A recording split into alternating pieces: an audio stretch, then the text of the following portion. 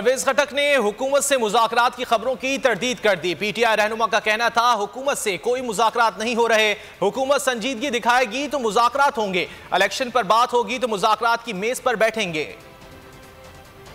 कोई मुज़ाकरात नहीं हुए क्योंकि वो सीरियस नहीं है, तो जब वो सीरियस होंगे तो मुज़ाकरात। तो इलेक्शन की असेंबली की तहलील फाइनल है अब इंशाल्लाह। दोनों पहले कौन सी असेंबली की तजवीज़ दी गई है तहलील करने? अब खान साहब फैसला करेंगे, लेकिन तहलील करेंगे। आप लोग रेडी हैं इलेक्शन के लिए? हम तो हर वक्त रेडी हैं। पार्टी के जो अंदरूनी इख्तलाफात है, आपके लोग नाराज हुए पड़े हैं।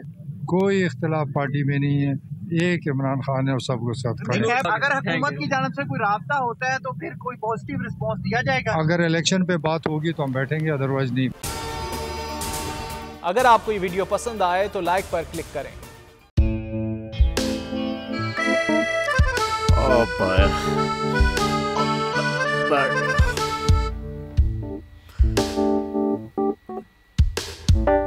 इंतशार से निकलने का वाहिद हल इंतखाबात हैं।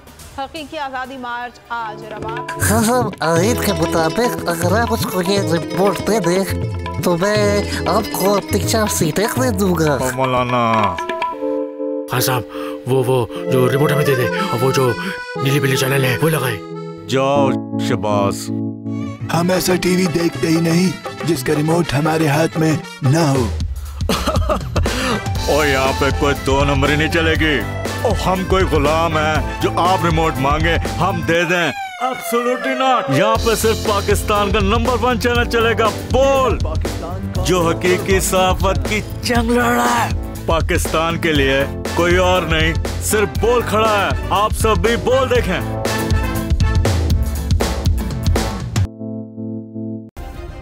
सब्सक्राइब करें और बेल दबाएं ताकि कोई खबर रह न जाए।